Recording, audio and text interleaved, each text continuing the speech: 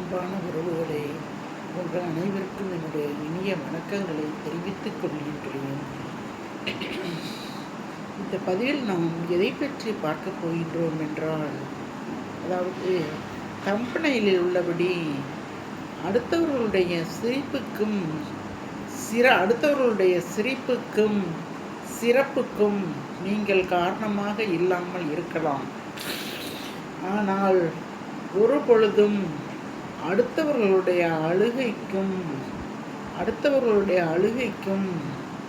அவர்களுடைய அழிவிற்கும் நீங்கள் காரணமாக இருக்கவே கூடாது.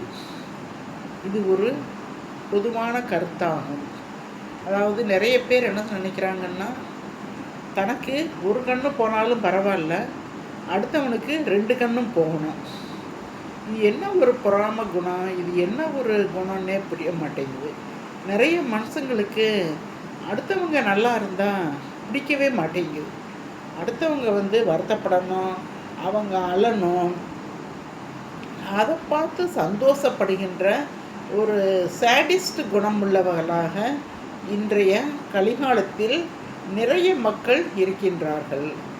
இது அடுத்தவர்களுடைய மனநிலையை எவ்வாறு பாதிக்கும், அவர்களுக்கு எவ்வளவு கஷ்டத்தை கொடுக்கும் என்பதை பற்றியெல்லாம் அவர்கள் சிந்தித்தே பார்ப்பதில்லை. ஒரு மனிதனுக்கு ஒரு அடுத்தவருடைய கஷ்டத்தை போக்குகின்ற பவர் இருக்கும். அதாவது அந்த ஆற்றல், ஒரு துணிச்சல், அதற்கு தேவையான ஒரு மனத்துணிவு அனைத்தும், ஒரு பக்குவம், ஒரு தந்திரம் எல்லாமேவும் ஒருவரிடம் இருக்கும். ஒருவருடைய மனக்குறையை அவர் நினைத்தால் போக்க முடியும். கண்டிப்பாக அவர் நினைத்தால் போக்க முடியும்.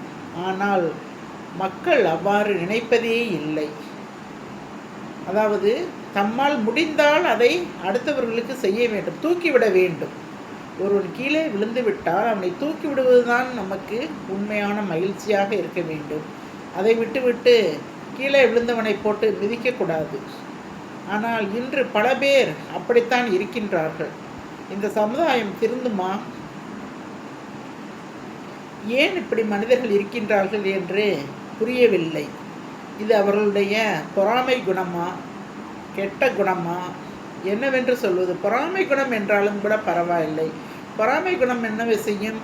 ஆஹா, அவன் நன்றாக முன்னேறிவிட்டான், நாமும் அவனைப் போல் முன்னேற வேண்டும் என்று நினைப்பதுதான் பொறாமை குணம். அந்த பொறாமை குணம் கூட பரவாயில்லை. ஆனால் இது ஒரு மோசமான குணம். அவனுடைய அழிவிற்கும் அவனுடைய அழுகைக்கும் நீங்கள் காரணமாக இருப்பது. யாருடைய கண்ணீர் துளிக்கும் நீங்கள் காரணமாக இருக்காதீர்கள்.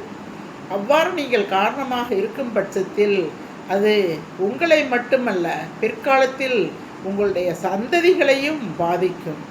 நீங்கள் நினைக்கலாம், நாம் செய்யும் குற்றமும் நாம் செய்யும் தவறும் அடுத்தவர்களுக்கு நாம் இழைக்கும் தீங்கும் யாருக்கும் தெரியாது என்று நீங்கள் நினைக்கலாம். ஆனால் கடவுள், மேலே உள்ள கடவுள் ஒருவர் அனைத்தையும் பார்த்து கொண்டுதான் இருக்கின்றார். அவர் தூணிலும் இருப்பார், துரும்பிலும் இருப்பார். அப்படிப்பட்ட கடவுளுக்கு நாம் பயந்தேதான் ஆக வேண்டும். நீங்கள் யாருக்கு பயந்தாலும் பயப்படாவிட்டாலும் பரவாயில்லை. ஆனால் 2 பேர்களுக்கு பயந்துதான் வாழ வேண்டும். ஒன்று கடவுள், இன்னொன்று நல்லவர்கள். நல்லவர்களுக்கு நீங்கள் தயவு செய்து எந்தவித கெடுதல்களையும் செய்யாதீர்கள். ஏனென்றால் அவர்கள் மனம் விட்டு வருந்தினால் அது உங்களை கண்டிப்பாக பாதிக்கும். உங்கள் உடல்நலனை பாதிக்கும், உங்கள் மனநலனை பாதிக்கும். ஆகவே மனதறிந்து யாருக்கும் கெடுதல் செய்யாதீர்கள். பிறர்க்கின்னா முற்பகல் செய்யின், தமக்கின்னா பிற்பகல் தாமே வரும் என்று திருவள்ளுவர் கூறியுள்ளார். அதை போல நாம் அடுத்தவர்களுக்கு இந்த காலத்தில் முற்பகல் ஒரு கெடுதல் செய்வாயானால் பிற்பகலே நமக்கு அதற்கான துன்பம், அதற்கான பதில் வரத்தான் செய்யும். அது தெரியாமல் அரசு அன்று கொள்ளும் தெய்வம் நின்று கொள்ளும் என்பது அந்த காலம். தெய்வம் நின்று கொள்ளும், அரசு அன்றே கொள்ளும் என்பதுதான் இந்த காலம். ஆகவே தயவு செய்து நாம் உண்டு நம் வேலையுண்டு என்று நம் வேலையை பார்த்து கொண்டு நாம் சந்தோஷமாக இருக்கின்றோமா என்பதை மட்டும் பார்த்து கொண்டு ஒவ்வொருவரும் அவர்களுடைய மனைவி, அவர்களுடைய குடும்பம், அவருடைய பிள்ளைகள் என்று பார்த்து கொண்டு போய்கொண்டே இருந்தால் இந்த சமூகத்தில் குற்றங்கள் இருக்காது. அடுத்தவர்களுடைய குடும்பத்திலும் அடுத்தவர்களுடைய குடும்ப பிரச்சனைகளிலும் தேவையில்லாமல் தலையிடுவது, தேவையில்லாமல் தலையிட்டால் கூட பரவாயில்லை, தலையிட்டு அந்த குடும்பத்தையே அழிக்க நினைப்பது. 2 பேர் ஒற்றுமையாக வாழ்ந்தால், உதாரணமாக ஒரு கணவன் மனைவி ஒற்றுமையாக வாழ்ந்தால் அந்த கணவன் மனைவியை பிரிக்க நினைப்பது, இந்த மாதிரி ஒரு கெட்ட எண்ணம் கொண்டு கெட்ட நோக்கத்தோடு நிறைய பேர் இருக்கின்றார்கள். இவர்கள் திருந்துவார்களா? கடவுள் இவர்களுக்கெல்லாம் எப்பொழுது நல்ல புத்தியை கொடுக்கப் போகின்றார் என்று தெரியவில்லை. அந்த கஷ்டம் இவர்களால் அடுத்தவர்களுடைய அழுகைக்கும் அடுத்தவருடைய அழிவிற்கும் காரணமாக இருக்கின்றார்கள். உன்னால் பிறருக்கு நல்லது செய்ய முடியாவிட்டால் பரவாயில்லை, ஒதுங்கிக்கொள், நல்லது செய்யவே வேண்டாம். ஆனால் தீயது செய்யாமல் இரு, அடுத்தவர்களுக்கு தீங்கு செய்யாதே. அடுத்தவருடைய அழுகைக்கும் ஒருவருடைய அழிவிற்கும் நீ நீ நீ ஒருபொழுதும் காரணமாக இருக்காதே. யாருக்கும் தெரியாது என்று நினைத்து கொண்டு நீ அடுத்தவர்களை துன்புறுத்தினால், அடுத்தவர்களுக்கு கஷ்டத்தை கொடுத்தால், அதை அந்த மேலே உள்ள அந்த கடவுள் ஒவ்வொரு நிமிடமும் ஒவ்வொரு மணித்துளியும் ஒவ்வொரு வினாடியும் பார்த்து கொண்டுதான் இருப்பார். அவர் பிற்காலத்தில், அதனால் உங்களுக்கு பிற்காலத்தில் கிடைக்கும் தண்டனை பெரிய தண்டனையாக இருக்கும். அதை தயவு செய்து புரிந்து கொள்ளுங்கள். அடுத்தவர்களுக்கு தீங்கிழைக்க நினைக்கும் ஒவ்வொருவரும் இதை புரிந்து கொண்டு அடுத்தவர்களுக்கு தீங்கிழைக்காமல், அடுத்தவர்களுக்கு கெடுதல் நினைக்காமல், அடுத்தவர்களை அழிக்க நினைக்காமல் நீங்கள் சந்தோஷமாக வாழுங்கள். அடுத்தவர்களை அழிக்காமல் உங்களால் சந்தோஷமாக இருக்க முடியாதா? அடுத்தவர்கள் வாழ்வில் தலையிடாமல் உங்களால் சந்தோஷமாக இருக்க முடியாதா? வாழும் ஒரு ஜோடியை பிரிக்காமல் உங்களால் சந்தோஷமாக இருக்க முடியாதா? இருக்கலாம். சந்தோஷமாக இருப்பதற்கு இந்த உலகத்தில் பல வழிகள் உள்ளன. இயற்கையை ரசிக்கலாம், சினிமாவிற்கு செல்லலாம், எத்தனையோ வழிகள் சந்தோஷமாக இருப்பதற்கு உள்ளன. நீங்கள் சந்தோஷமாக இருங்கள். முடிந்தால் அடுத்தவர்களையும் சந்தோஷப்படுத்துங்கள். அதை விட்டுவிட்டு ஒருவர் அழுவதற்கு நீங்கள் ஒரு பொழுதும் காரணமாக இருக்காதீர்கள். நான் திரும்ப திரும்ப இதைத்தான் சொல்லுகின்றேன். உங்களால் அடுத்தவர்களுடைய சிரிப்புக்கும் அடுத்தவர்களின் சிறப்புக்கும் நீங்கள் காரணமாக இல்லாமல் இருக்கலாம், பரவாயில்லை. ஆனால் ஒரு பொழுதும் அடுத்தவர்களுடைய அழுகைக்கும் அடுத்தவர்களுடைய அழிவிற்கும் நீங்கள் காரணமாக இருக்காதீர்கள் என்று திரும்ப திரும்ப வேண்டிக் கொண்டு, யாராவது அவ்வாறு இருந்தால் கூட இந்த பதிவை பார்த்த பிறகு திருந்து விடுங்கள், தயவு செய்து திருந்து விடுங்கள் என்று உங்கள் அனைவரையும் அன்புடன், இந்த பதிவு அனைவருக்காகவும் இல்லை, எல்லாருமே மோசமானவர்கள் என்று நான் சொல்ல வரவில்லை. எல்லாவற்றிலும் விதிவிலக்கு உண்டு. எல்லா விதமும் நல்லவர்களும் இருக்கிறார்கள், தீயவரும் இருக்கிறார்கள். இந்த கெட்ட குணத்தோடு இருப்பவர்களுக்காகத்தான் இந்த பதிவை வெளியிடுகின்றேன். அந்த கெட்ட குணங்களிலிருந்து அவர்கள் வெளிவர வேண்டும். எந்த ஒரு ஜீவனுக்கும் எந்த ஒரு ஆத்மாவிற்கும் ஒருவரால் துன்பம் வரக்கூடாது. அதில் நீங்கள் உறுதியாக இருங்கள். உங்களால் நீங்கள் அன்று காலையிலிருந்து ஆரம்பித்து இரவு வரை என்னென்ன நாம் செய்தோம் என்று படுக்கையில் படுத்துக்கொண்டு ஒரு 5 நிமிடம் யோசித்து பாருங்கள்.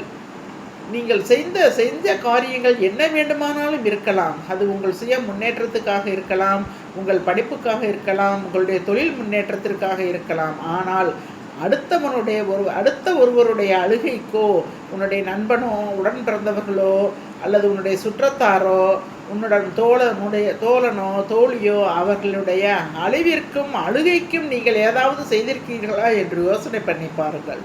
அவ்வாறு செய்திருந்தால் உடனே திருத்திக் கொள்ளுங்கள். உங்களை அடுத்த நாள் மறுபடியும் சிந்தித்து பாருங்கள். நீங்கள் சந்தோஷமாக இருங்கள். அடுத்தவருடைய சந்தோஷத்தை தயவு செய்து பறிக்காதீர்கள் என்பதுதான் இந்த பதிவின் முக்கிய நோக்கமாகும். நீங்களும் சந்தோஷப்பட்டு அடுத்தவர்களையும் சந்தோஷப்படுத்துங்கள். அதுதான் ஒரு உண்மையான மனித வாழ்க்கையாகும். நாம் பிறக்கையில் என்ன கொண்டு வந்தோம், ஒன்றையும் நாம் கொண்டு வந்து பிறக்கவில்லை. போகும்போது எதையாச்சும் கொண்டு போக போகிறோமா? அதுவும் கிடையாது. ஆனால் இந்த இடைப்பட்ட வாழ்க்கையில், இடைப்பட்ட காலத்தில் எவ்வளவு போட்டிகள், பொறாமைகள், எவ்வளவு சண்டைகள், சச்சரவுகள், எவ்வளவு புரிதலின்மை, எவ்வளவு ஒருத்தருக்கு ஒருத்தர் விட்டு கொடுக்காமல் இருப்பது, இதனால் ஒவ்வொருவருடைய வாழ்க்கையிலும் எவ்வளவு கஷ்டங்கள், எவ்வளவு நரக வேதனைகள், இதையெல்லாம் யோசித்து பார்த்தோமா? இதையெல்லாம் தயவுசெய்து யோசித்து பாருங்கள். யோசித்து பார்த்து உங்களுடைய ஒரு கெட்ட குணத்தால் ஒரு குடும்பம் பாழாவதையோ, ஒரு உண்மையான கணவன் மனைவி பிரிவதையோ இது காரணமாக நீங்கள் இருக்காதீர்கள். பிரிவதற்கோ காரணமாக நீங்கள் தயவு செய்து இருக்காதீர்கள். உங்கள் கெட்ட எண்ணம் எதுவாக இருந்தாலும் அதை ஒரு குழியை தோண்டி அதில் போட்டு புதைத்து விடுங்கள். நல்ல எண்ணங்களை மட்டும் நினையுங்கள். நல்ல எண்ணங்களை உங்கள் மனதில் விதையுங்கள். அடுத்தவர்களுக்கு சந்தோஷத்தை கொடுத்து பாருங்கள். உங்களுடைய சந்தோஷம் பல மடங்கு பெருகும். அடுத்தவர்களுடைய அழிவை பார்த்து, அடுத்தவர்களுடைய அழுகையை பார்த்து நீங்கள் சந்தோஷப்பட்டீர்கள் என்றால் அந்த சந்தோஷமானது ஒரு தற்காலிகமான சந்தோஷமாக மட்டுமே இருக்குமே ஒழிய ஒரு நிரந்தரமான சந்தோஷமாக இருக்காது. அவ்வாறு நீங்கள் செய்து உங்களுக்கு கிடைக்கும் சந்தோஷமானது உங்களுடைய சந்ததியரை கண்டிப்பாக பாதிக்கும். அவர்கள் நன்றாக இருக்க வேண்டும் என்று நினைத்தால் நீங்கள் எந்த பாவச் செயல்களையும் செய்யாமல் நல்ல காரியங்களை மட்டுமே செய்யுங்கள் என்று வேண்டி கேட்டுக்கொண்டு விடைபெறுகின்றேன். நன்றி, வணக்கம்.